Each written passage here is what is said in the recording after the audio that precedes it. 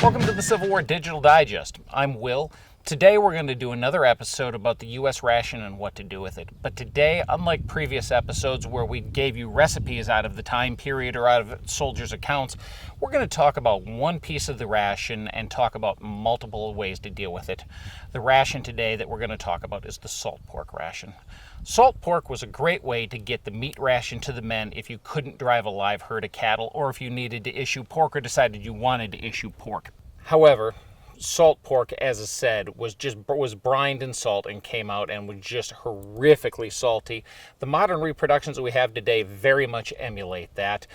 I've been to multiple living history and reenacting events that go across the range from mainstream to progressive. When salt pork is issued, people don't know what to do with it. At one event I was at, the regiment marched away and more than half the ration was left behind.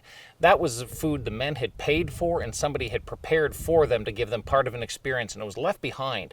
We think part of that was done because they didn't know what to do with it. So let's talk about it today.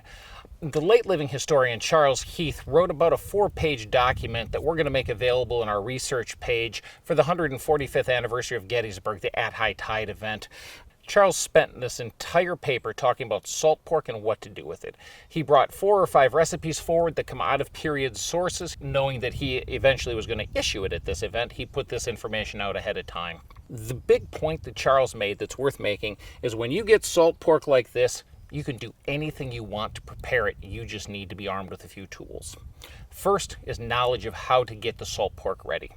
This is the way the salt pork will be issued to you. It's got a nice crust of salt on the top.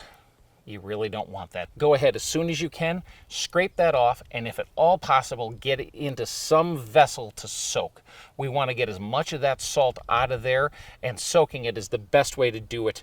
If you've only got a mucket, cut it into chunks. If you've got a kettle amongst your mess, go ahead, larger pieces if you think that's what'll work for you. If you have a company mess kettle, get all the rations in there, get this soaking and get as much out as you can.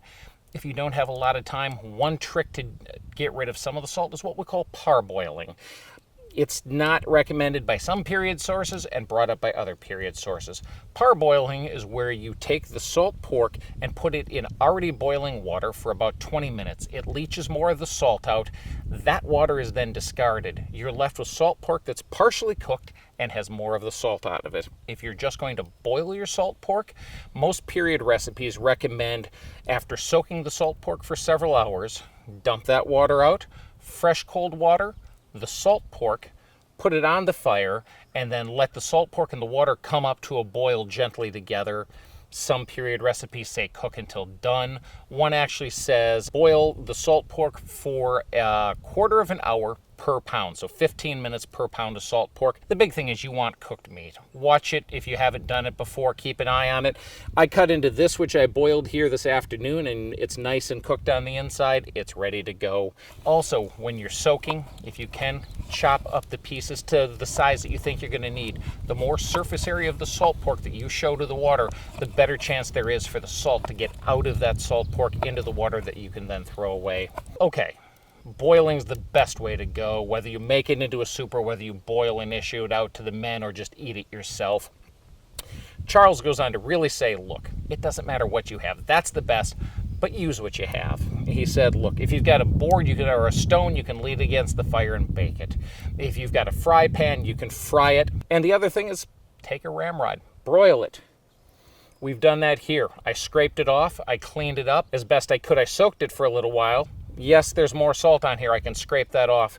It doesn't matter as a soldier. Your job or your desire is going to be to eat and consume the calories that the government gives you. Scrape it off. Soak it if you can. Parboil it if you have to.